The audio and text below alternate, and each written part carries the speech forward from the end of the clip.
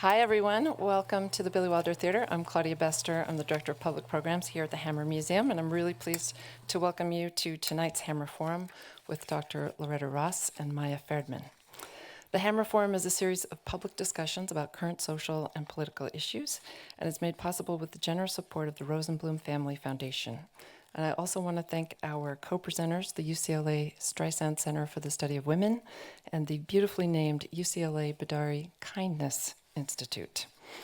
Tonight we want to talk about what is currently a major social and political issue: conflict, community, communication, and cancel culture.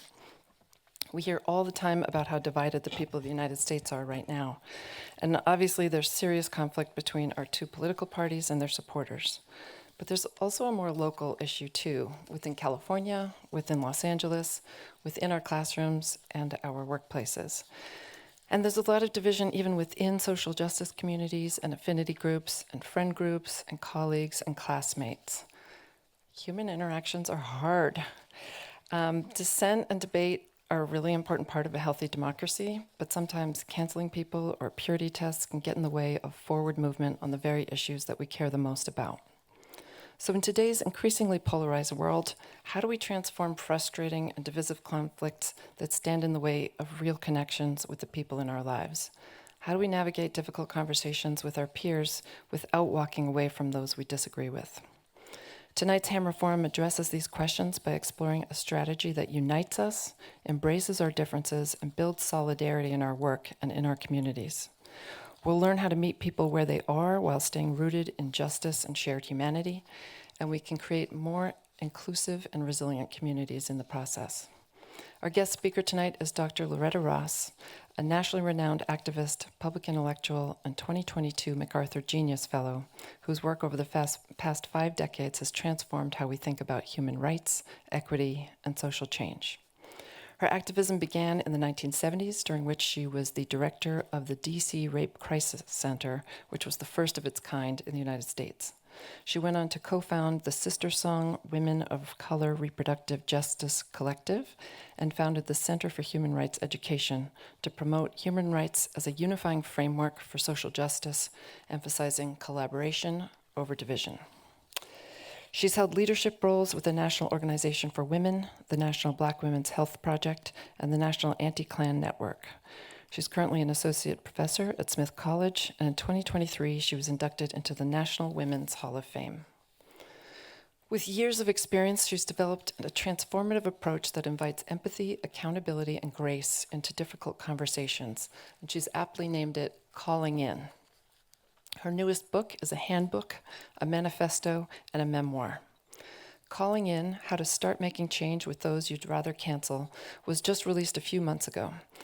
In it, she offers a bold alternative to cancel culture, showing us how to transform conflicts into connections by inviting people into conversation instead of conflict, holding them accountable with love, and focusing on shared values over punishment.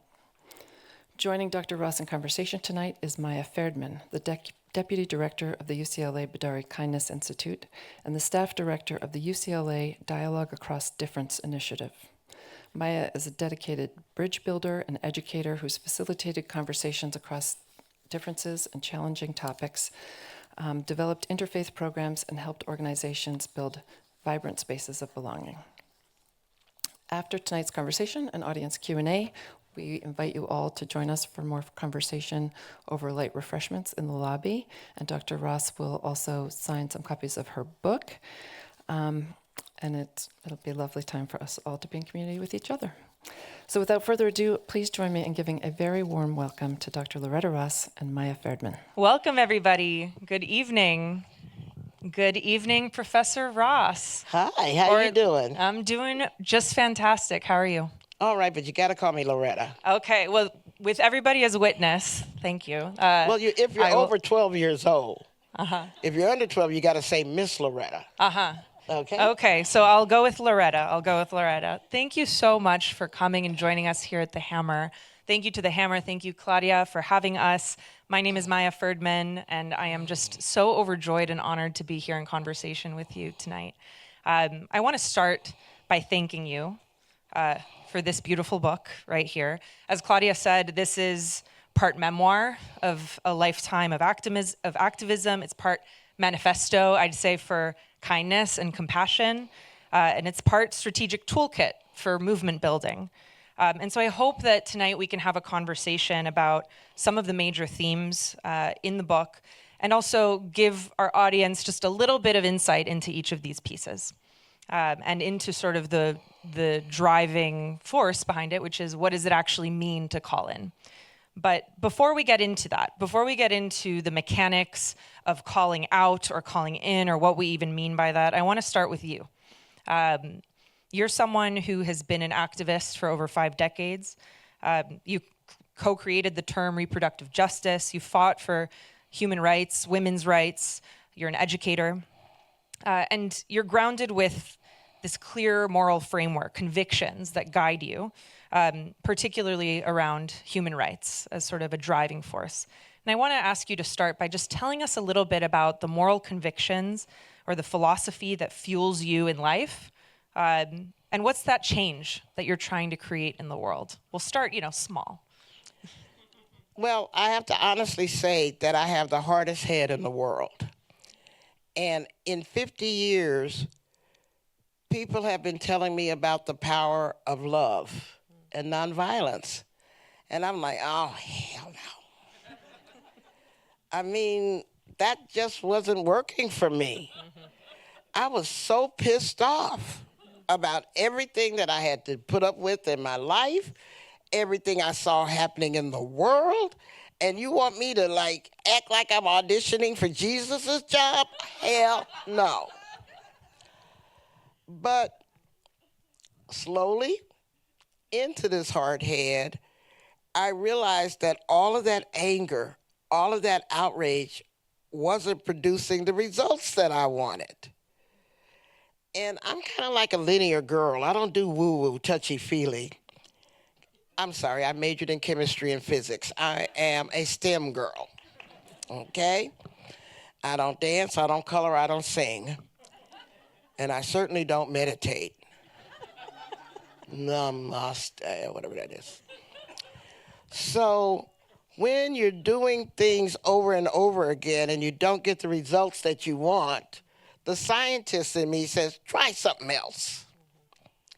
And so slowly, through my lived experiences that people can read about in the book, I figured out that I couldn't do this work in a sustainable way through all my rage and anger, because I was incinerating myself, not the people who pissed me off. Yeah? And a whole variety of experiences that we could talk about. I was a rape survivor who taught black feminism to rapists. That was like my first, now that I'm renaming it, calling in. But I actually went to that prison to cuss them out, because I was never to hold my rapists accountable. I had some people safely incarcerated I could tell off. And they changed me instead of me changing them. And fast forward another 20 years, my job is to monitor hate groups like the Ku Klux Klan and stuff. I was the only black woman running, the only black and the only woman running an opposition research center. But I was doing that from a place of rage, because the one group of people a black woman can safely say she hates is the Ku Klux Klan. Nobody says, tone police yourself when you talk about the Klan, right? And once it became my job to participate in helping to deprogram them, when my boss said, when you ask people to give up hate, then you have to be there for them when they do, I went, oh, shit. I don't want to hear that. But that was Reverend C.T. Vivian, who'd been an aide to Dr. Martin Luther King.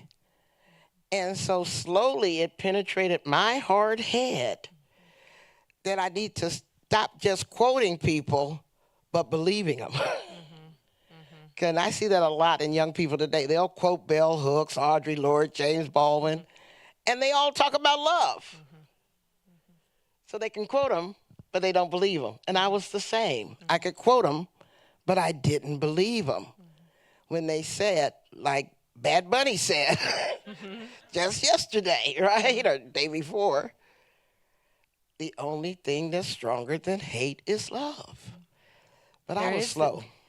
But it's sort of interesting, this driving through line throughout everything, all examples that you named, is that turn, that sort of conscious, that opening of consciousness, or that turn from anger at the injustice, anger at seeing something that is wrong in the world, and then approaching that problem with love as sort of the way in which you are addressing the injustice, or at least that love being that animating force that drives you throughout each of these different turns in life. But it took time to get there. But I have to honestly say, as I wrote in the epilogue, hate is damn exhausting. You know, and that just feels like a whole bunch of energy to accomplish very little. And so I don't think I'm emotionally inclined to invest that much energy into hating people. So I think maybe it has something to do with my temperament, something to do with being the middle child of 8 kids, you know, the overlooked child, because I was the middle girl in the middle of the pack kind of thing. So I lived my life in books. Didn't like most of my siblings. Always wish I was an only child and never had that luxury. I don't know what predisposed me to always be curious. Right. To when I got that letter from that guy in the prison, he said, outside I raped women and inside I raped men. And I'd like not to be a rapist anymore. That sparked my curiosity. Right.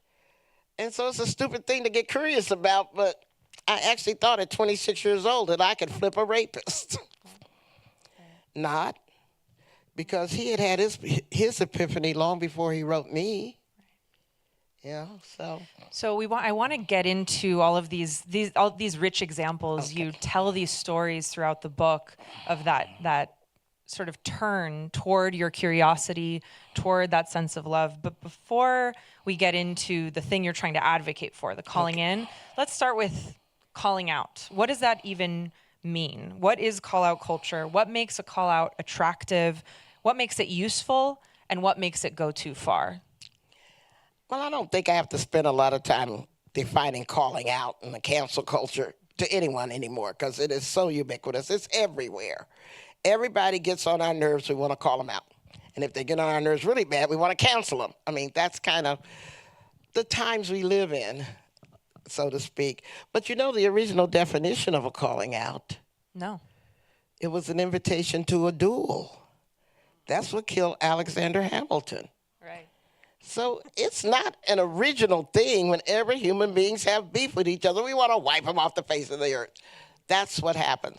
But in this internet age, it's quite different. Because instead of getting one person mad at you enough to shoot you, in 2 hours you can summon 10,000 people to show that same kind of rage towards you. Where do you think that comes from? Like, why? Human what is that impulse? nature? Just to express anger at injustice, or human nature to just be angry at each other? Like, why are we so inclined to hate online or to trash people online? What is it that is so attractive to us as a human race? Well, we are born needing attention to survive. I mean, if mama didn't know you were crying, your ass gonna stop. You know, so we need attention to survive. But at this particular time, we're in an attention economy where attention is lucrative now. You know, it's not just come to Hollywood and become a celebrity. Stay in your own mama's basement and become a celebrity is now possible. And so when you exist in an attention economy, you're going to do things that, good or bad, can bring attention to yourself. And one of the things I talk about in the book are the 4 intelligences that we need. And I think we know a lot about emotional intelligence, because a lot of books have been written about that, the ability to identify your emotions, self-regulate, and that kind of thing. I think we know a little bit more about cultural intelligence, knowing that the society that you're familiar with is not the center of the world. There are other cultures out here. If you didn't understand the halftime show, see it as an opportunity to learn some Spanish. You know what I'm talking about, right? We have a whole culturally illiterate hating on Bad Bunny thing going on right now. But they don't argue about operas being in Italian, so note that. I've been to operas and I didn't understand a damn word. Ain't trying to cancel them, but moving on. The third intelligence is relational intelligence. We don't know how to instinctively right-size our expectations of each other as human beings. And so we're constantly setting ourselves up for disappointment because we're dealing with expectations that aren't actually ever going to come true. Like, if you've got a friend who is habitually late, why are you constantly expecting them to be on time? Just accept their reality and program around it. That doesn't mean they can't be your friend, they just can't be your clock. That's kind of how that works, right? And it's our lack of relational intelligence. I'll give you another example that's very recent. I invited a speaker to my campus who was talking about the Kerner Commission.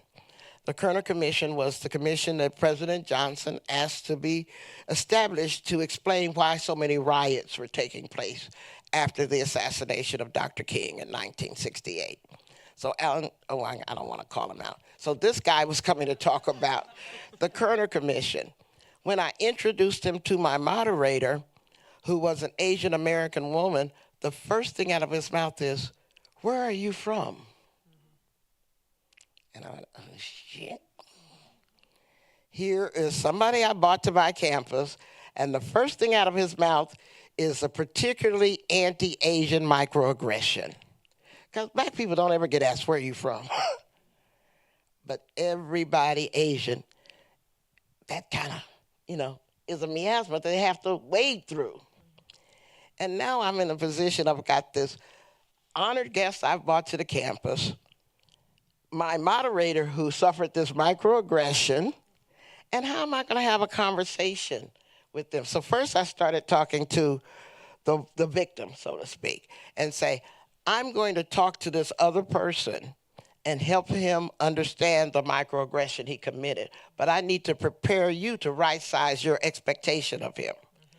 Because this is possibly the first time he's been called out for that particular microaggression, which he thinks he's excused from because he's married to a Chinese woman. Right? So I'm going to right-size his expectation of you, and I'm going to right-size your expectation of him. Because instead of racial diversity, gender diversity, class diversity, all those diversities that really matter, the diversity we are least equipped to deal with is experiential diversity. The fact that every human being has been through something different and they're going to think differently about everything, except maybe gravity. And then there's some people that don't even believe in that. And I just want them to jump out a window and prove themselves right. Anyway. And so relational intelligence is so important because even if I could get the white guy to apologize, that doesn't heal the wound that the Asian American woman experienced. Right. And since it's probably his first time apologizing, he's going to do it bad anyway. Right. No matter how sincere he is about it. Because obviously that level of racial intelligence has not happened to him yet. Right. Right. That you're married to a Chinese woman and you're still asking a new Asian person you just met, where are you from? I mean, how did you miss that memo? Anyway, so the fourth intelligence, because I can go on, you can tell I can talk. That's what you're here for, so it's yeah, okay. But, I don't have to Castro, y'all. I'm sorry, that's a radical leftist reference if you didn't catch it. Fidel Castro could talk for 6 hours, and so could I. Anyway. The fourth intelligence, though, I need someone to turn the scooter off because it thinks I've fallen off because I didn't turn the power off. Sorry. The fourth intelligence that most matters to me, though, is integrity intelligence. How can you do things every day that make you feel good about yourself? I'm not talking about the self-indulgence of self-care and going to the spa. I'm talking about the feeling you get when the cashier gives you too much change, and even though you could get away with it, you stop and give it back. Feeling good about yourself. Or how good that woman felt when she saw those two black men at that Starbucks getting racially profiled, and the white woman who whipped out her phone to document it so that the rest of us knew this injustice was taking place. She had to feel really good about her integrity in that moment. And all of us can do all these tiny little things to feel good about becoming the best persons we can be, even if nobody's there to witness it. You know, and so integrity intelligence fascinates me. It always has. So it's beautiful, these four different kinds of intelligences, and one can imagine if we all worked on these intelligences, educated ourselves the way we think about, academic intelligence, right? What our world could actually look like. And I think you start to map out, in describing calling in. Calling in is both, I want to read a quote from the book, if that's all right. Calling in considers whether we can connect with others before we start shouting them down. It allows us to reach other people as people, to breathe a little easier, and ultimately, to get things done. Calling in builds bridges instead of burning them down so that we might walk together along the path toward collective liberation. There's something there in that vision that shows that calling in is both a philosophical choice, but it's also a tactical choice. There's different ways we could go with this. We could talk about why bother, right? The tactical question, why bother calling in? And then we can also go into, I guess that's also the philosophical question. But then there's the how. How would I even go about it? How would I even start? Let's say you have this person who said this offensive thing. Step one, mediate manage your expectations. Then what? What do I do next if I've bought into the vision? The way that I explain the philosophy of calling in its simplest form is that you can always say what you mean, and you can always mean what you say. But you don't have to say it mean. That's always a choice. And don't pretend that it isn't. So calling in is not about shading the truth, ignoring harm, a lesson in civility. It's not respectability politics. It's not papering over harm or failing to seek accountability. It's that the way I'm going to seek accountability is with love and grace instead of anger, blaming, and shaming of the call out. Because by the way, when you humiliate somebody publicly, you have decreased the likelihood that they will pay any attention to anything else you've got to say. Because nobody likes being shamed publicly, whether you're calling them in or out. They're going to still feel that same flush of embarrassment, that feeling that I've been put on the spot for my mistake, my God. And this person wants me to pay attention to them later on? Ain't going to happen. That's not how human beings are wired. And so I like to think that calling people out, publicly shaming people for something I think they've done wrong isn't going to work. I like to think that instead of saying, I can't believe you did that, I can say, we don't use the word retarded anymore. I used to use that word. Do you mind us talking about how thinking around that stuff has evolved? You're calling attention to the harm, but you're not doing it in a way that is intended to wound or humiliate. You're not giving a pass over the use of the word retarded. You're just saying, I'm going to choose to do it in a way that respects the humanity of the person and showcases my integrity at the same time. So how do you do it? You did ask that. Eventually, I'll get to your question.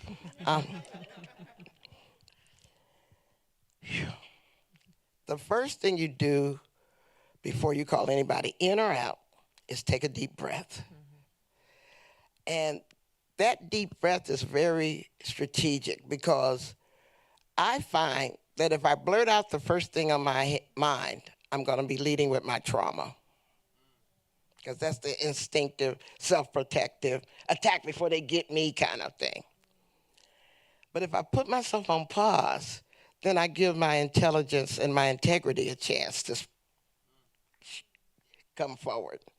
And by the way, this is not something that you need to practice. If you've ever worked for a stupid boss, or parented a child, or had an officious neighbor, you are very used to putting yourself on pause before you blurt out the first thing you want to say to your child, unless you want them to be in therapy for life. So we do it all the time. We just don't universalize it. Then once you put yourself on pause, you do your internal temperature check. Am I feeling in a good enough space to give this person some time and attention? Then I'm going to call them in. But if I feel like I don't have the time for them and I just want them to talk to the hand, then I'm going to call on them to do better. And if I ain't got no time at all, I'm going to call it off. So you get to select from the 5C continuum which response best suits where you are. Because you have to call yourself in before you choose any of those things in. That's Right. that pause. Right. You know, calling yourself in. And then save canceling people for when you really want to summon your inner Karen. When you want to get them fired, you know? And you should use that as the tactic of last resort. Because if you do anything but calling them in or calling on them or calling it off, whether if you're trying to call them out or cancel them, then you've invited them into a fight instead of a conversation. Right. Now, if a fight is your goal, it works really well. Right. But if anything else is your goal, that's a really poor choice Right. of calling people out. And I do need to say about canceling, I'm a human rights activist. I fight fascism unapologetically. If Trump is looking for the leader of the anti-fascist movement, hey, come get me, Mo. Anyway, I'm not the leader, but I'm just saying he assumes there is one, and I'm willing to grab him by the short pubic hairs. But the cancel, yeah, I should have been a comedian instead of a scholar, right? If I had just thought of these jokes in advance, but I don't. When you give into that canceling impulse, you are committing the tactics, you're using the tactics of the prison industrial complex. Because what do prisons do? They silence people, they exile them, and they dispose of them like a used tissue. I don't ever want to hear from you ever again. And if I hear your voice, I only want to hear what you did, not who you are. And so it's a contradiction. It's a moral contradiction for those of us who believe in human rights to use the prison industrial complex as our model. Explain to me how that's supposed to work. It doesn't even work for the government. You ever heard of recidivism? I mean, it doesn't work. And so there's that fundamental contradiction for when we want to cancel somebody or cancel a corporation or cancel this. It's like, save that as the tactic of last resort, not the first one. There's, it's so interesting how much time you lend to the pre-work, the work of the self, the calling yourself in. And I noticed in the examples that you gave of your own story, just how much you were like, I'm not, I was pissed. I wanted to go in there swinging. I don't sing Kumbaya. Yeah, right. But there were certain things that I noticed. You mentioned. Reach this water. Yeah. Can you reach it for me? Because my arm's too short to box with water. You mentioned teaching Black feminism to convicted rapists. You talked about helping reprogram and reform members of the KKK. Arthritis. Thank you. Arthritis is a bitch. Where even opening of a bottle of water seems to defeat you. Thank you, love. No problem. And there's certain sort of tendencies that I saw, this moments in that I can only assume came from either certain qualities or pre-work or something. And those were, one was curiosity. Yeah. I noticed that you know, when you received that letter from the man who was imprisoned, who William Fuller. William Fuller. You know, you were angry first, like I have, but then you were curious. You're like, well, why is he writing me? What was this about? There was strategic thinking involved, where you were like, what can I, you know, there was a moment of putting on pause the reaction and moving into strategy of like, how can I make change in this way? And there was a certain measure of healing or work toward healing and correct me if I'm wrong about this, but you talk about sort of speaking from trauma versus speaking from, or anger born of trauma versus that might hold you back versus like actually anger born of righteousness. And so there's a certain matter of self-awareness that you had to have in order to have that curiosity, that strategy, and that healing. And I want to understand, are these prerequisites for calling in, or is this just something we all have naturally that we should be cultivating more of? See, I'm afraid that you're giving me entirely too much credit. Yeah. I believe our instinct for calling in is inherent in every one of us already. Think about our reactions when a natural disaster happens. Earthquake, fire, tornado, flood. We don't stop and ask, oh my God, I hope that happened to those gay people. I hope it happened to the person with citizenship papers. That is not human. Our natural human reaction is to ask two questions. Do you need help, and can I help? And I'm convinced that if we have that inherently in us for natural disasters, then we can be trained to summon it for man-made disasters too, like poverty and racism and all that stuff. That is the natural human interdependence we have been gifted from the universe. It is politics and greed that cause us to suppress our natural instincts and perform roles in order to survive a racist, white supremacist, capitalist system. But we can learn to do better. It's already in us. I'm not teaching you to run to your neighbor's house to rescue them from a fire. You're already going to do that if you can. You know? Children have that, well, I'll say most children. I don't know about Trump's childhood, but, you know, let me just stop. Most children have that natural zest for kindness that is beaten out of them, that is stripped out of them. And we can nurture that part of our inner child. Right. Instead of just, you know, obsessing over the inner child that got hurt. But we can do it. I don't think that's why kindergartners can be taught calling in. Right. I'm finding it harder to teach people with double-dip PhDs because they have been trained in hypercriticism of everybody. So there's something almost inherent. You know, so it's interesting. It's like a natural, like what I love about what you're saying is it's pointing at a natural ability in all of us. It's a human tendency to be kind. Yeah. And that we have to cultivate just our natural tendency and avoid getting pulled away from it over time.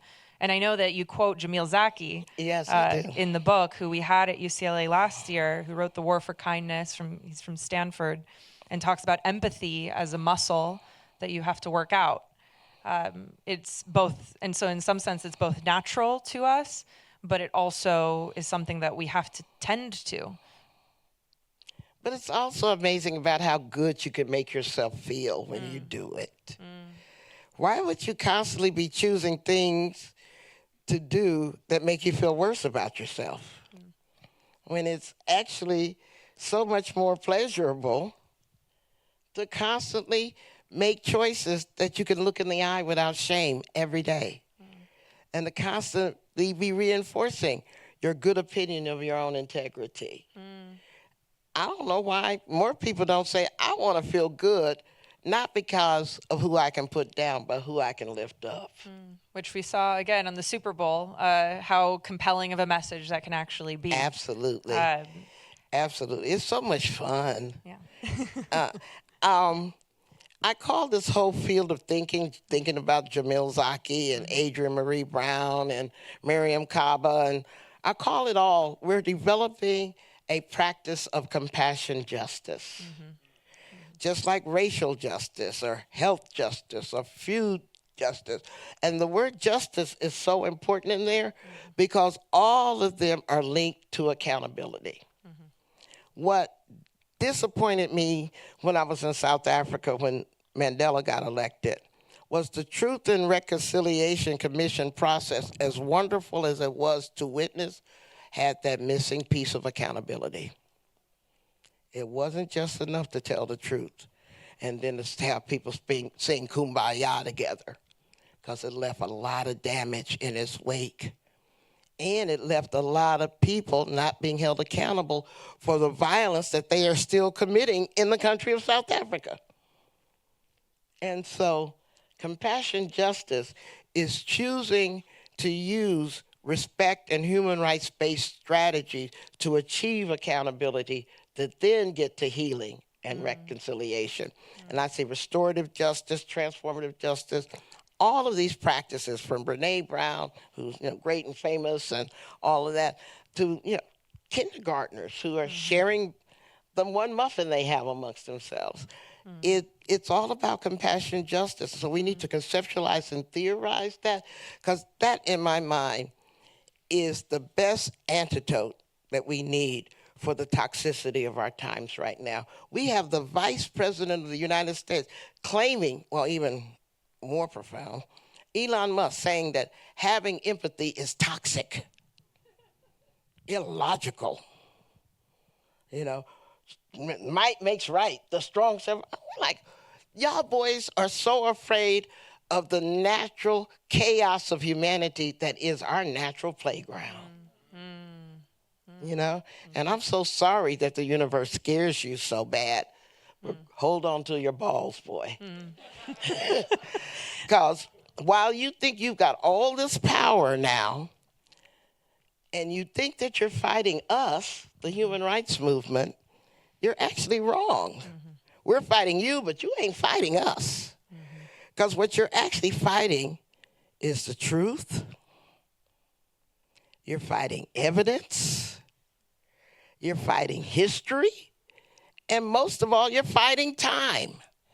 And any one of those existential forces could kick your ass. I have never seen a group of benighted people that can fight truth, time, evidence, and history and win. So even if we did everything wrong, you're still holding a losing hand. And we got all that stuff on our side. And I love that. I love the fact that we got all the universal forces at our backs if we don't get in our own way with the call-out culture. Well, so I want to get there. That's the bottom line. Something that you do, and by the way, we'll talk for about 15 more minutes and start thinking of some questions, because then we'll move to audience questions for the last portion of our time together. But I just have a few more. Something really interesting about the book, you highlight what calling in looks like in different contexts. And so I'm thinking also about this idea of compassion justice and what it might look like. You talk about calling in at work, in organizations. You talk about calling in with family and friends. And you talk about it in college campuses, which of course is of interest to me as part of the Bedari Kindness Institute and our Dialogue Across Difference initiative. And, you gave this example on a college campus where you talk about, understandably, students fall into call-out culture a lot because they're learning. They're learning about what it means to stand up to power, about what it means to advocate for things they care about. And that one of the things you advise is to, paradoxically, for leaders on campuses, not to be afraid of call-outs, but rather leveling with students, like being like, there's reasons why, there's things I can do and there's things I can't do, and let me level with you, or having older mentors guide them. And I want to give, and you also gave this great example of from the book, of call-out culture gone wrong. And I want to ask you what it would have looked like to go right. You gave an example of a white and gay professor using the N-word while reading a poem, and that after the students objected, he was reassigned by the university. And you said that this was a mistake, that this didn't, this was a lost opportunity. And I wonder, what does compassion justice look like? What does calling in culture look like in this scenario? What would it have looked like to go well? Well, in the case of that professor, he was being authentic to the original poem. So he didn't just insert the N-word in there because that was what was going on with him. But the calling in approach I would have taken to that situation would have been to stop and ask the professor why you would do that and what's going on inside of you that would make you even accidentally and inadvertently cause harm, when you obviously could have taught that lesson without that. So the question isn't his right to say it or his, whether it's in the poem, but the calling in question is, Professor, what turmoil is going on with you? What trauma is going on with you that you haven't addressed that would make you even risk hurting somebody? That, again, is always a choice. Don't act like it's an accident. And certainly with the PhD, don't act like it was an accident. You're supposed to be the smarter one. What I find on a lot of university campuses, and I've taught at maybe 5, 6, 7, I don't keep count, but I'm going from Arizona State to Harvard, so, the Sun Valley and the Pioneer Valley are two different worlds. What I find is that students are going to student, which is they're doing their emancipatory process of separating from their home environments, being very passionate about these radical issues that we're teaching them and their ways of seeing and viewing the world. They don't know how to handle their passion with compassion, and so they're going to brutalize each other, and they're more afraid of what their peers will say than a professor like me. I always laugh when the right wing says that we brainwash students, and I say, yeah, and I'm going to make them turn in their papers on time with that brainwashing. Yeah, right. But what we have to do as the so-called adults in that situation is not be afraid of young people younging. They're supposed to make mistakes. They're supposed to handle things in an inexpert way as they learn. But what I find so often, and maybe because I'm a grandmother and great-grandmother, so I'm not the age of the students' mothers and fathers, is that we don't get sufficient perspective. And so every time a racial incident happens, we have a crisis. Every time, a sexual assault, we have a crisis. Every time, I'm like, wait a moment. Can't you predict that every year you're an educator, the same stuff is going to be happening over and over and over and over again? So why aren't you planning in advance instead of having daily meetings about your latest racial injustice incident? What the hell? Well, I don't get it. Well, what's interesting is also, I think nowadays the stakes are so high for making mistakes.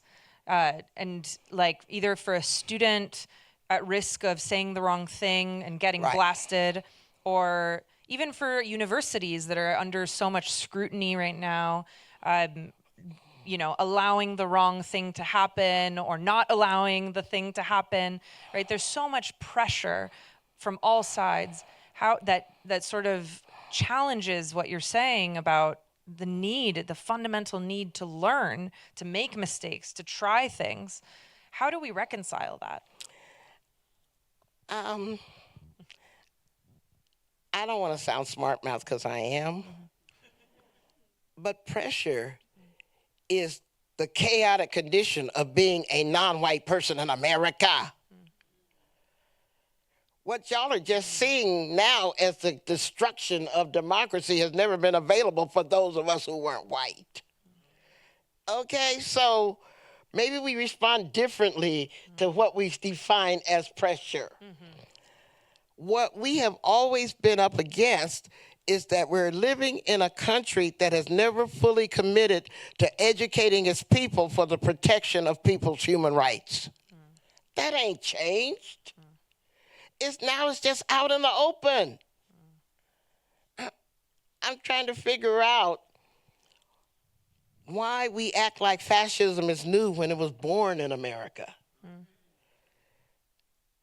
The Nazis came and studied us to create their system, not the other way around. And so this permanent sense of surprise is part of the pattern of oppression. And I want, with all the love that is in me, to right-size my relationship to white people so that they can understand that too. I'm not going to criticize people for when they woke up. I'm just going to celebrate that they did. You know? Because one reason I'm so dedicated to calling in is not only for what it can do to unite the progressive left, or whatever term you want to use, but what a strategic blow it makes to the opponents. Because the way I see it, and now I'm going to get in trouble, I don't see the benefit of indulging in the I told you so impulse right now with the FAFO thing you effed around and found out, when that is a perfect opportunity to weaken our opponents by pulling off their soft underbelly. I don't see the advantage of leaving their people who are now doubting in their ranks. So we're going to have to sophisticate our understanding and let go of our ego to strategically weaken our opponent. Because again, that experiential diversity, it isn't just a phrase. There is something that person has been through that causes them to think differently than you do. So the way I see the world is that I've got opponents out here, the puppeteers. But the puppets and everybody to the left, I'm going to work on calling in. And I know that doesn't sound easy right now, but the way I see it is that we've got three types of allies out here. I'm sorry, I keep not following the mic right.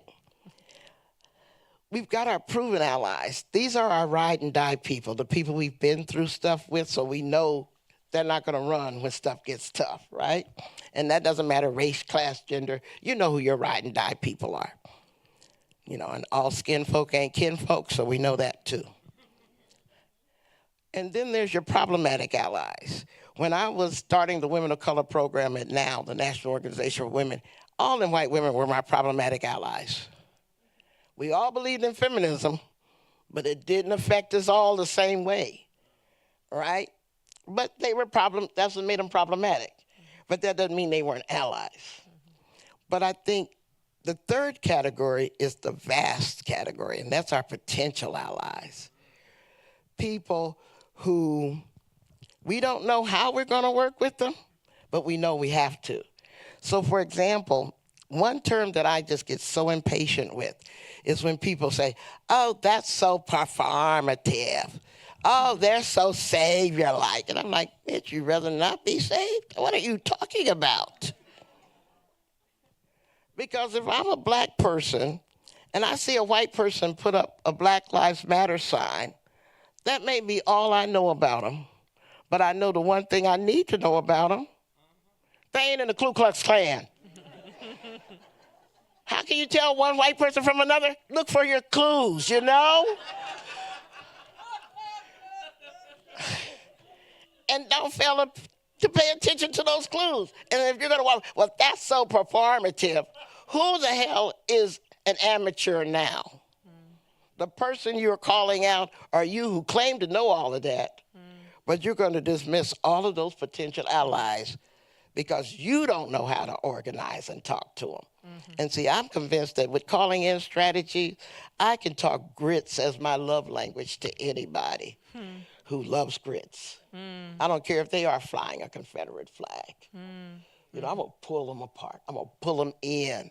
I'm at least weaken their manipulation by the people I oppose. That's how you deprogram people, with love and respect. What's brilliant also about what you're saying, and about also how you narrate in the book, you talk about these circles of allyship, right? The 90% versus the 50% allies, the 10% ally, or maybe they're not allies at that point, but I call them my spheres of influence. Your spheres Who of do influence. you have influence over now? Who do you have influence with? A little less influence. Who's on the line? They could go left or right. And then who did you need to just call out? Right, and you Because have calling out is appropriate. right. I don't want to dismiss it and take it off the table. It's just it should be used in very specific and strategic ways. Which is interesting because you give examples of calling in across that spectrum of allyship or of influence. You talk about calling in the president of the National Organization for Women, who was what you were saying was your And I called out President Obama, remember? And yes, but that's a story for another time. And you also, but then again, you're talking about former members of the KKK, and one might not necessarily call them a problematic ally or any kind of ally, right? So how... Potential ally. Potential ally. If they've left the Klan, that's enough for me to work with. Okay. You know, because I know a whole lot of white people have done stuff that I just have to say, and that's where you were then. Now let's see where you are now. Beautiful. I mean, if I didn't have that kind of scientific analysis, there'd be nobody white I could work with, ever. Actually, and most black folks, too. I don't want to be a coalition of one. There's a capaciousness, I think, to how you're approaching humanity. I mean, it's sort of like, if you be human with me, come to my party, like be a human alongside me. Well, see, I love being a black woman, but I refuse to affix a label to someone else that's just because it's convenient for me. Because people are far more complicated than that. I know I'm more complicated than black woman, so why would I assume that every other human being I meet is as complicated at least as I am? You know, and if I appreciate my complexity, I can enjoy learning about the complexity of everybody else, no matter what labels they wear. That's beautiful. I have It's real. I swear, I am not a poet. And I ain't doing this because I'm born with the love gene. I'm doing it because it makes scientific and logical sense. It's a tactic. It's how you build a movement. No, it's how you be your best human under inhumane conditions. The movement, the purpose of the human rights movement is to solve the reasons I needed therapy. But the goal is human rights. Calling in is just a process. Well, I think that's a great place to turn it to you all, and to see what questions linger.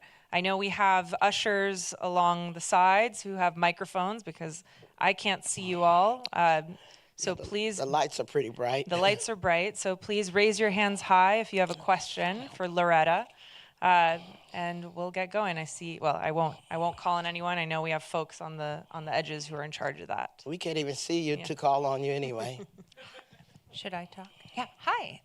Thank you so much for this discussion. I have a question about the emotional integrity. What do you do with the folks that have no interest in emotional integrity? Emotional intelligence, you mean?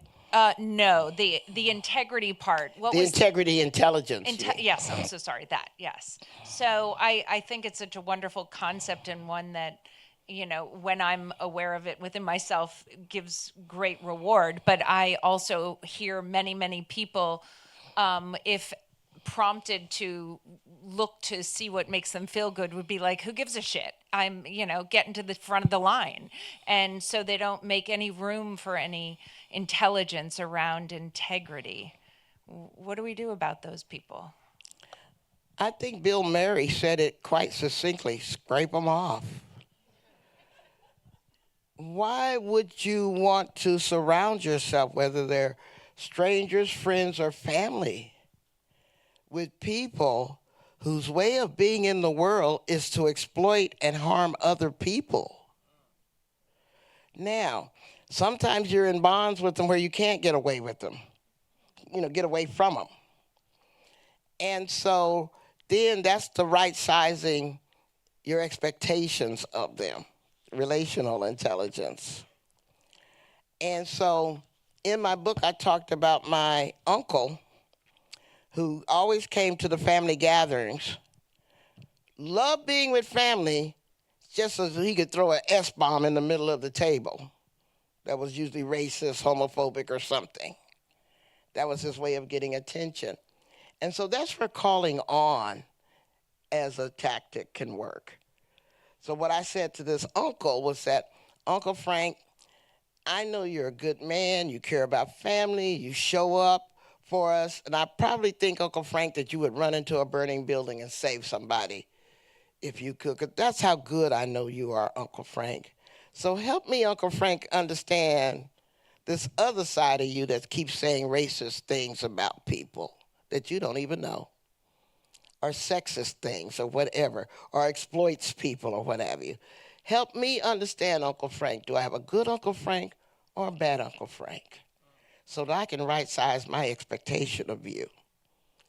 That's calling on. You are asking them to do better and reconcile the contradiction in their own souls. You're not doing the work for them, but you're definitely letting them know the good Uncle Frank is the one I'm going to relate to.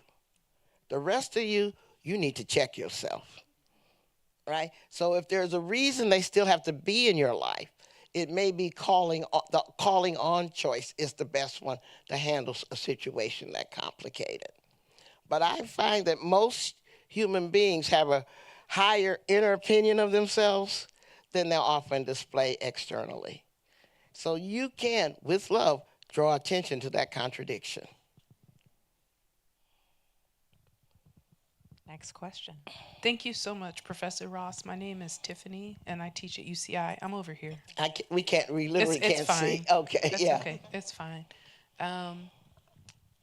I was one of the 50 people that was arrested on my campus during the Palestine. Can you put the mic a little closer so I can hear you better? Yes, is this better? Yes, it is. I was one of the 50 people that was arrested on my campus during May of 2024, shortly after the events happened here at UCLA.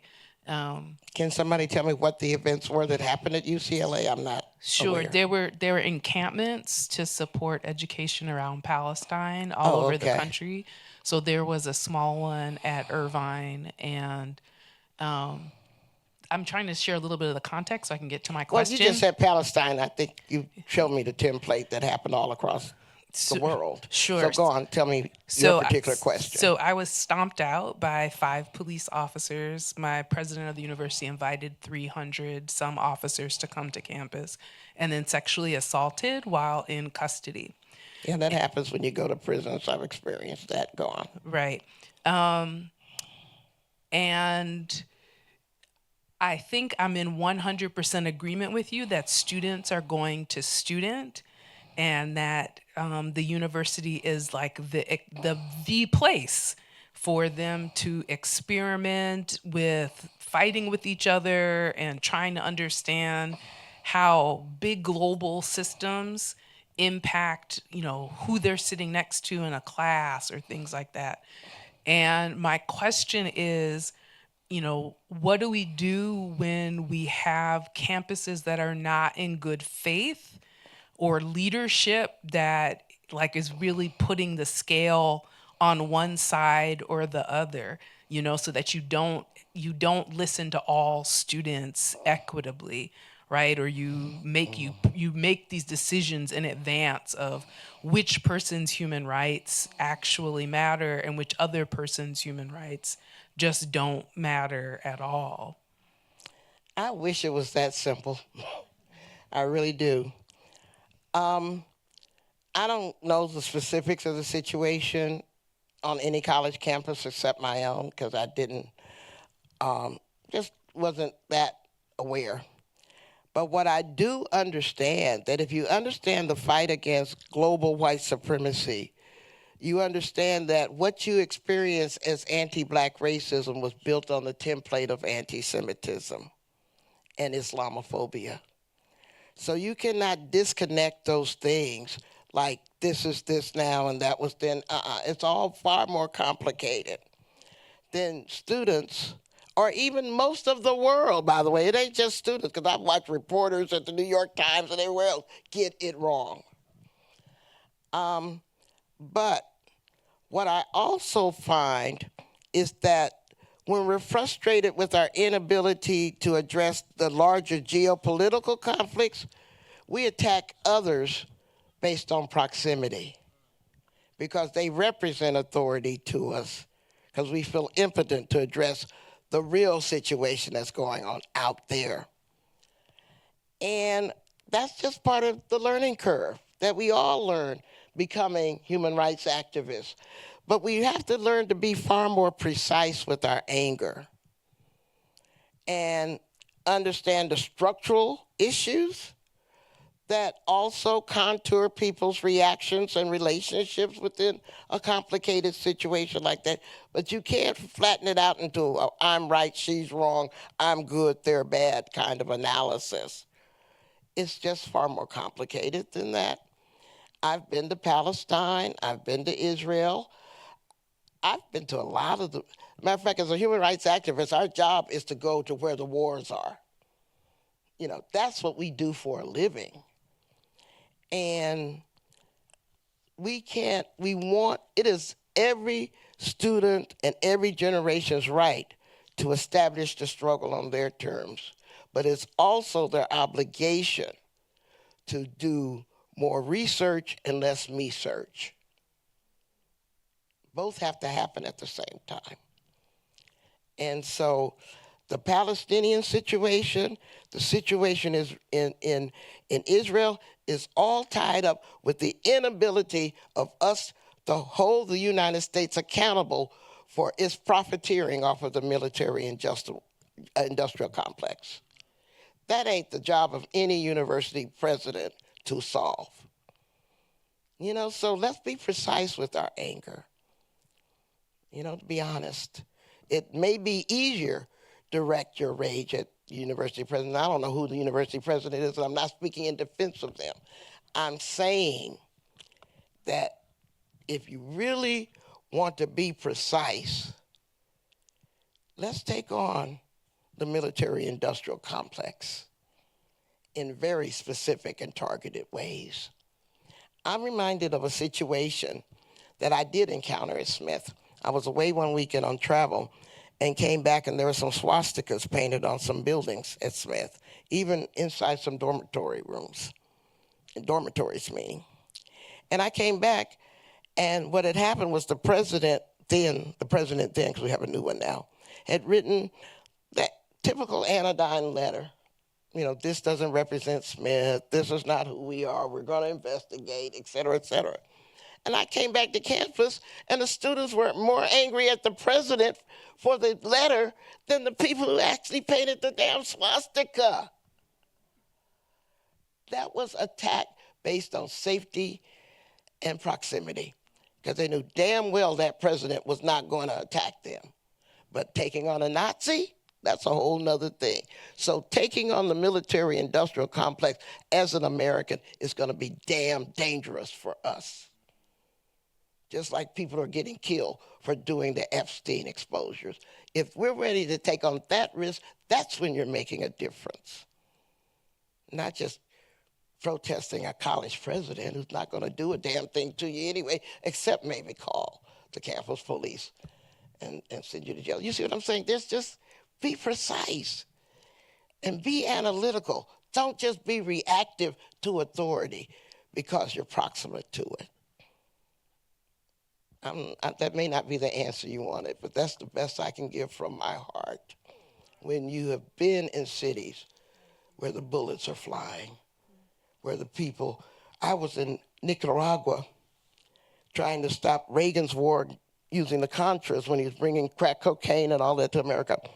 I stayed with a woman, and she was frying an egg that morning for my breakfast, and I hate eggs. I hate eggs with a passion. And she was frying an egg, and I desperately wanted to tell her that I didn't want to eat that egg because I hate eggs. But she was crying, And she was frying that egg. And I didn't speak enough Spanish to find out what she was crying for. When the translator finally arrived, like 15 minutes later, before I had to take a bite of the egg that she had wrapped in a tortilla, I said, well, why is she crying? She said, her son was killed last night, but she wanted to respect you because you need to witness what she is going through. So she was not going to serve you. She was not going to fail to serve you breakfast this morning.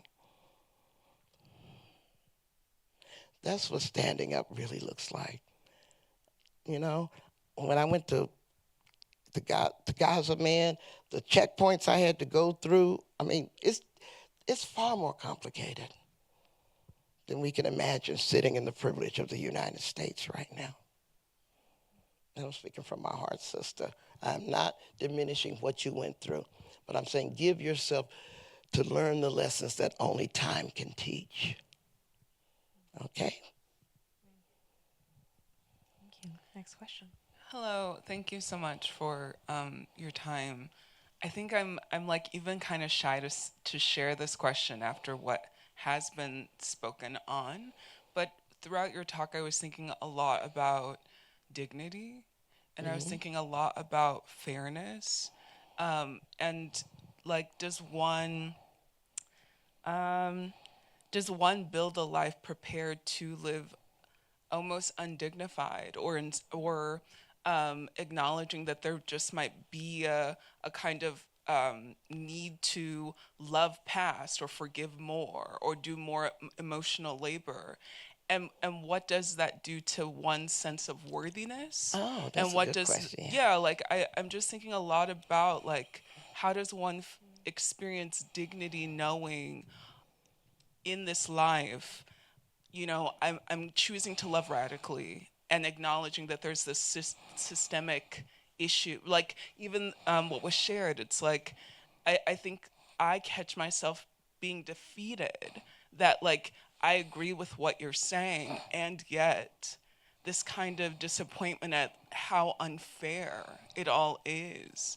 And so I don't know. I would just love to hear what you think about dignity and worthiness of self, when the world is so often telling love even though you're not worthy, you know. Yeah. Okay. The most profound lesson I got in harm reduction came from a man named Chris Singleton. His mother was one of the 9 black churchgoers that were murdered by a white supremacist in South Carolina. Y'all remember that story? This white supremacist came into the church and just killed 9 people at prayer who had invited him in. And when Chris Singleton was interviewed after the tragedy and asked about forgiveness, a lot of people didn't expect the answer that he gave. He said, I see forgiveness as a way to not tarnish the memory of my mother. I am never going to let a white supremacist define how I see my mama.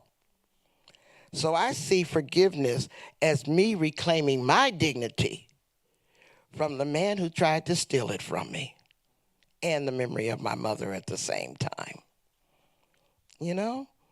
And that to me was the ultimate in using the power of forgiveness. Not to forgive him, because it ain't about Dylan Roof, the murderer.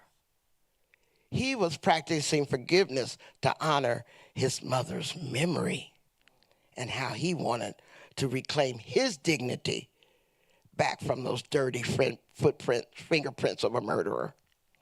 So as long as you're invested in focusing on the murderer and not yourself or the survivor, they're going to live rent-free in your head. You know, and why would you want that to happen? That's the power of forgiveness. It gets them out of your head. Right? And you reclaim your honor and your dignity despite everything they tried to do to you. That is power. That is how we survive. Now, your other question about being exhausted. And I've been tired a long time too, but so be it, you know. Part of me is just very, very practical. Only 1% of the world's population gets to go to college. There's no way we cannot define ourselves as part of that privileged 1%. Where am I sitting? UCLA? Right? The question is, what will you do with that privilege? You do not have to fight white supremacy as a black woman. You can choose not to. And it's actually an okay choice not to. But I'm asking you to consider, with our privilege today, we get to say things to white people now that would have gotten our grandparents lynched. I can speak truth about white supremacy to white people in a way that would have killed everyone who came before me. So I can choose not to use the privilege, but I can't deny it exists, no matter how tired I am, right? My mother raised 8 kids while washing white folks' houses on her hands and knees. My father was in the military. There's no way I could look my mother in the eye if she were alive and talk about how tired I am to fight for my self-determination and dignity. I couldn't have that conversation with any of my ancestors and still think highly of myself. And the last thing I'll say to you is a saying from the civil rights movement. I came out of watching the movie The 13th, about the 13th Amendment and stuff, so pissed off, I think I would have shot the first white person I saw. That's how angry I was. Thank God I don't carry guns, because I don't have much of a check on myself. You see, I don't have a filter. Anyway, and the woman with me, Deborah Small, was a prison abolitionist. And she said, Loretta, you need to remember the chain of freedom. And I said, what are you talking about? She said, the chain of freedom stretches back towards your ancestors and forward towards your descendants. Your only role and responsibility right now is to protect the link that you are in that chain. And don't weaken that link through hopelessness, despair, apathy, or being too tired to know that you are that link. All right? That's the choice you have. You don't have to be the entire chain of freedom. All you have to do is protect that link. Your privilege is now giving you a chance to see. Rethink it a different way, sister, because this is a privilege we have that no generation of black folks had before us. Let's maximize that, no matter how tired we get, because at least we ain't scrubbing white folks' houses on our hands and knees. You know what I'm saying? Take that for real. Okay? And I'm tired all the damn time. I'm scared all the time, too. But I ain't going to never break that link. Ever. Okay? And by the way, fighting Nazis is fun. Let's put it in perspective, too. I was coming back from Blakely, Georgia. True story here. I'm a storyteller, so yeah.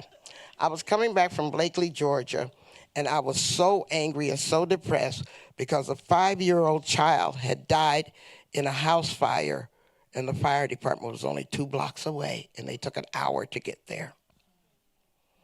And they had invited us as the National Anti-Klan Network because the fire department was run by the Ku Klux Klan.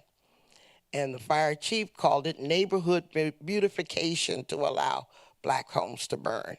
That's why they didn't respond to fires. And a 5-year-old child died, and we were called to investigate. So I came from Blakely pissed the F off, you know?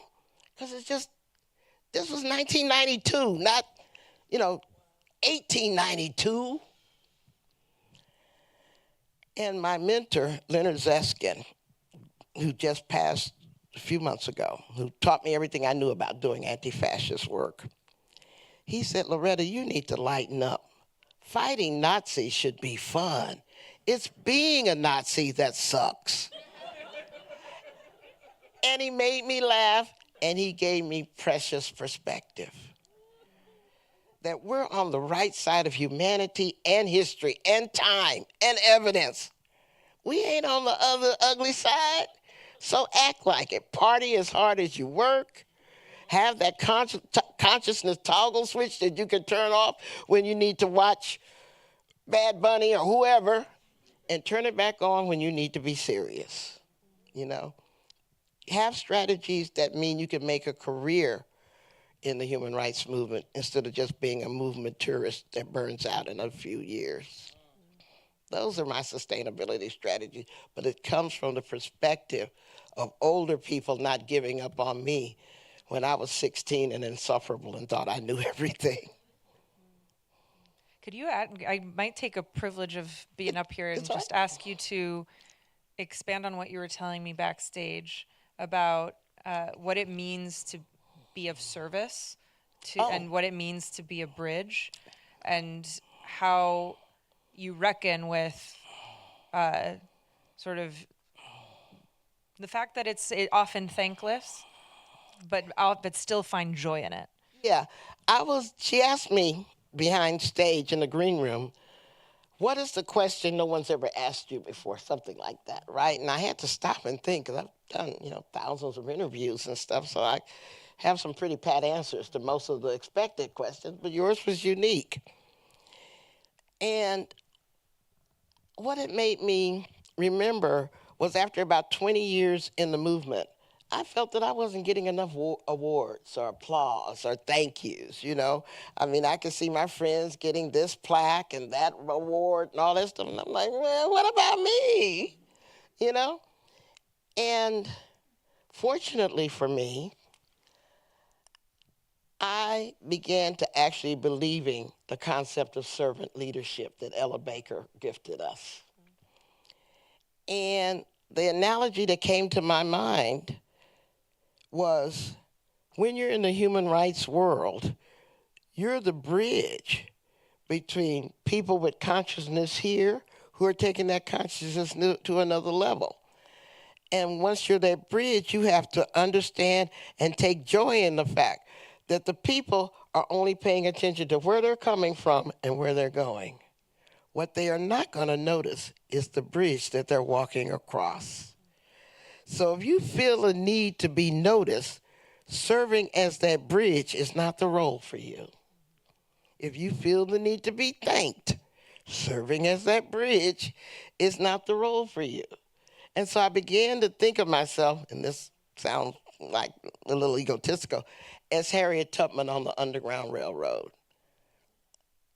I don't know what the people she led thought about Harriet, but she was happy to serve as that bridge. And so I started rethinking my need for recognition and appreciation and gratitude. And then next thing I know, once I gave up the recognition of it, then I started getting all the damn awards. So it's amazing how that works out, Funny right? how that works. But when you have the opportunity to serve your people and see transformation happen, even if they don't know you're responsible for the transformation, I can't imagine any way of making your life feel sweeter. That's beautiful. Because you don't have to worry about, why am I here? What am I going to do? I have to do it right? Do I have to be perfect? You can bring your imperfect self to a perfect cause and have a lot of joy and fun doing it. Oof. That one nourished me. We have 5 minutes left, so I think we probably have time for one more, and I can't see. I see one down front. I know. I think see. someone has a mic. Yeah, I do. 5 minutes. Ooh, that's hard. I do want to say thank you, though, because it is kind of... I'm here. I'm going to probably stand up. Is that easier? It's all right. Yeah. The lights are blinding. I do want to say thank you for being a woman of color and, giving us someone to look up to, because it is impossible being a Gen Z woman right now. I am an immigrant, so I'm Indian, and I was raised in the Middle East. I spent 4 years in London, and I'm studying in California right now. And I agree with everything you're saying, but I feel like it's very hard to have empathy for a system that I didn't build. I was born into recessions, almost 3 now in only 22 years. And it's hard for me to feel like I have to give empathy for people that never had empathy for my generation. The environment is falling to shit, and I am trying my hardest to be loud and be kind. But what advice would you give to a person as young as me? Because I do want to talk and help the future generations. But what do you think we need to do right now with the fact that we're running out of time, running out of money, and we're running out of a lot of things right now? And I want to be able to afford a house. I think I got your question. Let me be very clear. Empathy and kindness is not what you do for other people. Empathy and kindness is what you do for yourself, because that's who you are, not who they are. You're going to do it not because they're deserving of it, but because you're deserving of no less. Be clear. You'll never find the magic words to change somebody else, to redirect their path. That's their ego saying that you're going to make people change. But trust me, you're going to get married to somebody and you ain't going to be able to make them change. So, I mean, that's not just how human relations work, you know? So you call people in, you offer that empathy, you offer that kindness, not because they deserve it, but because you deserve it in protection of your own honor and integrity. You control how you show up, not how they show up. So don't think it as, I'm doing this and it's transactional and I'm going to get it back. You may, or you may not. But you're always going to show up showcasing the best you can be, knowing that my language is going to be love, and I don't care if yours is hate. That's why you're doing it. Please don't get it wrong. You're not doing it to change them. You're doing it to prove you can be the best you can be. And that's why I never understood the theory of nonviolence until it came to me. That's why they did it. They weren't nonviolent to prove who their opponents were. They were doing it to prove who they were. Right? And they didn't let anything that happened to them rob them of their self-worth and dignity. We may have time for one more, because I tried to do that quick to get this last question in down here from a young person. We have a young person, and we have a microphone coming your way. It was down here in front. I'm sorry, but that's okay. Okay. Why don't we take both questions and you Okay. answer them together? Ooh. Okay. Thank you so much for speaking tonight and for your book. My book club is reading it, but I read it before we even selected it. So Thank you. I used to work for municipal government, and I now work for a nonprofit that does national criminal justice reform work. And our culture is changing, and I'm thinking about what does it mean to right-size expectations for the interior of a relationship after a call-in has happened. I think we're very familiar with the emotional soreness and numbness that comes, but I think before and after a call out and kind of on the sea. That's a quick question, because we're trying to squeeze 2 in. Okay, sure. So I would just say, what's a reasonable expectation of how a relationship should feel after you've done a successful call-in? So we'll wait to hold on. And The second question, So 'cause somebody on the front row had their hand up, I think. Yes. Hi. Yeah, I just had a little simple question. Are there any little things that you found helped you be more kind and patient, like when you're feeling angry or you don't really believe in nonviolence? Oh. Isn't the most confounding question coming from the youngest questioner? Yeah.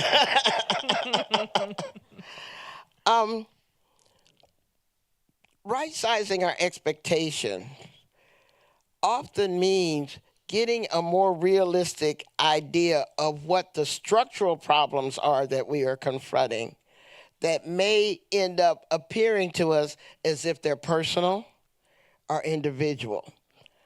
Everyone who's in a caring profession right now, whether it's in like yours in criminal justice, nursing, public health, medicine, all of that stuff are suffering moral injuries right now because we didn't take these jobs to mess over people.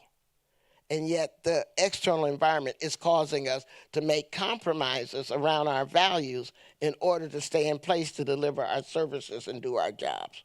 That's a structural issue. That ain't personal. What I'm seeing, though, is a lot of people are not doing that structural analysis, and so they're personalizing everything that feels like harm to them, kind of thing. So I'm not sure if that's in the ballpark. But I do talk about in my book how you can establish advanced understandings of what you're dealing with structurally and advanced accountability when the S hits the fan, right? So you can handle both before and after situations using calling in techniques, as you have already read. Your question again was about kind. How do you be more, what are your strategies for being more kind and patient when you're angry and not believing in nonviolence? And you're just like, what are the strategies to reel yourself back to Well, that goes back to what I was talking about, that big word called emotional intelligence. Put yourself on pause and ask yourself, what am I really feeling and why am I feeling that way? Right? And if you have that conversation with yourself, usually you can unpack what feels like a big tangle of emotions and actually figure out, oh, I'm feeling bad this way because I remember when someone else made me feel bad this way. Oh, this is the same feeling, different circumstances, right? So give yourself grace. Give yourself kindness. And that's the best way to unpack stuff. Our problem is, and I assume that's your mom or relative right there. Our problem is that the patterns we have in our brain are often set in our childhood. So when we make mistakes as children, if we are punished and shamed for making those mistakes, then we think we're supposed to punish and shame ourselves for making mistakes, because that's the only pattern we've learned. And we can't practice self-forgiveness, and certainly we can't forgive others. But if at the same time when we made mistakes as children, and we were shown that we were loved despite making those mistakes, and we're taught how to forgive ourselves for not being perfect and making mistakes, then we're going to learn how to forgive ourselves for not being perfect and forgive others for not being perfect. So the most important thing you need to work on is self-forgiveness for not being perfect. And the rest you can figure out, okay? Thank y'all. Yeah. Thank y'all for listening to me. Well, thank you so much, Professor Loretta Ross. I think it's fitting that we're ending where we began, really, with love. I think you've provided us tonight with a mirror to who we can be, and to practice love, an invitation to practice love, not as sort of that hollow or vapid or naive practice, but as Dr. King once spoke of it, right, as a form of seeking justice, as a form of seeking change in the world, and to do it with joy and fun more than anything else. So another round of applause for Professor Loretta Ross. Thank you so much. So just a quick program note. Loretta will be up in the lobby. There will be books for sale. I highly recommend it. And Loretta will be signing those books. So please stick around after the program. Thank you all so much for coming out. Right. And give us time to get over there. Don't come up here because I got to get up there. Yes. Bye-bye.